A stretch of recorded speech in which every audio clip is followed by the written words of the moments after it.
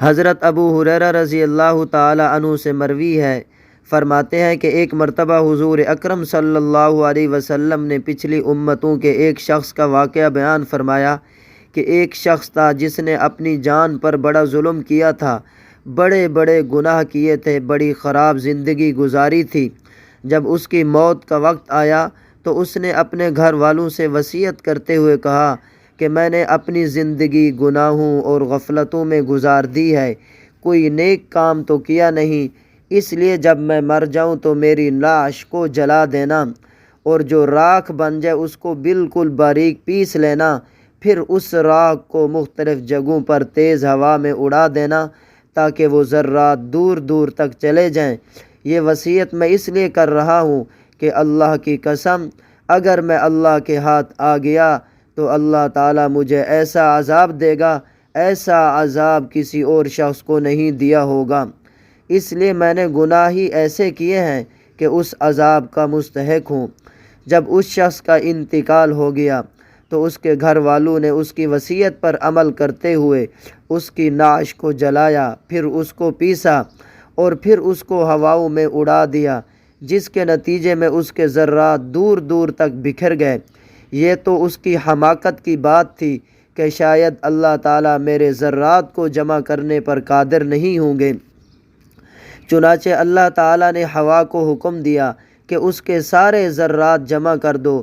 جب ذرات جمع ہو گئے تو اللہ تعالیٰ نے حکم دیا کہ اس کو دوبارہ مکمل انسان جیسا تھا ویسا بنا دیا جائے۔ چنانچہ وہ دوبارہ زندہ ہو کر اللہ کے سامنے پیش کیا گیا۔ اللہ تعالیٰ نے اس سے سوال کیا کہ تم نے اپنے گھر والوں کو یہ سب عمل کرنے کی وصیت کیوں کی تھی؟ جواب میں اس شخص نے کہا، خشیتک یا ربی، اے اللہ، آپ کے ڈر کی وجہ سے، اس لیے میں نے گناہ بہت کیے تھے، اور ان گناہوں کے نتیجے میں مجھے یقین ہو گیا تھا کہ آپ کے عذاب کا مستحق ہو گیا ہوں، اور آپ کا عذاب بڑا سخت ہے، تو میں نے اس عذاب کے ڈر سے یہ وصیت کر دی تھی۔ اللہ تعالیٰ فرمائیں گے، جاؤ، میں نے تمہیں معاف کر دیا۔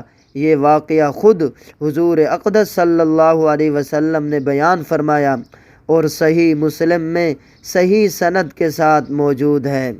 میرے محترم دوستو، اب ذرا سوچئے، اس شخص کی یہ وصیت بڑی احمقانہ تھی، بلکہ غور سے دیکھا جائے تو وہ کافرانہ تھی۔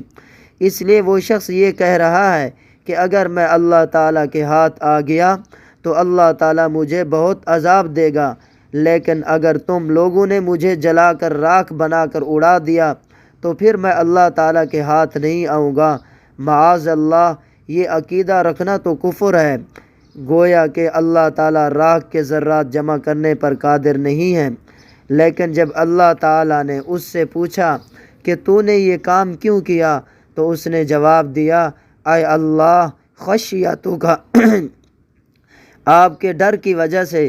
اللہ تعالیٰ فرمائیں گے، اچھا تو جانتا تھا میں تیرا رب ہوں، اور مانتا تھا کہ میں تیرا رب ہوں، اور یہ بھی جانتا بھی تھا اور مانتا بھی تھا کہ تو نے میری نافرمانی کی ہے، اور پھر اس نافرمانی پر تو شرمسار بھی تھا اور نادم بھی تھا، اور تو نے اپنے مرنے سے پہلے اپنے ان گناہوں پر ندامت کا اظہار کر دیا تھا، اس لیے میں تیری مغفرت کرتا ہوں اور تجھے معاف کرتا ہوں۔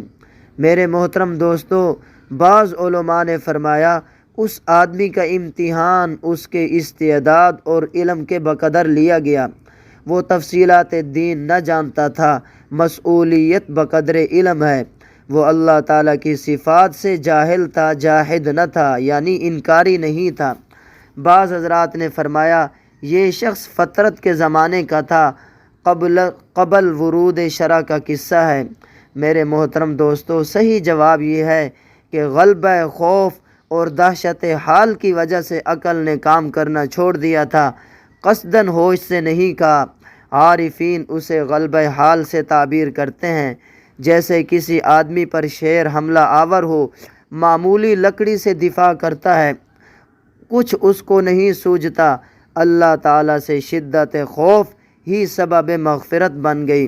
میرے محترم دوستو، کسی اللہ کے بندے کے گناہ زمین و آسمان کو بھی بھر دیں تو تو ایسے شخص کے گناہ بھی اللہ تعالیٰ کی رحمت کے خزانے کے سامنے کوئی حیثیت نہیں رکھتے۔ حضرت تھانوی رحمۃ اللہ علیہ بیان فرمایا کرتے تھے، فرماتے تھے کہ ایک مچھر ہاتھی پر بیٹھ گیا اور پھر آرام کرنے کے بعد ہاتھی کے کان میں جا کر کہنے لگا، میاں ہاتھی، تمہیں میرے بیٹھنے سے تکلیف تو نہیں ہوئی؟ تو ہاتھی کہنے لگا، مجھے نہ تمہارے آنے کا پتہ چلا نہ جانے کا۔ اسی طرح ہمارے گناہوں کے سمندر بھی اللہ کی رحمت کے سامنے ایک ذرہ کی حیثیت نہیں رکھتے۔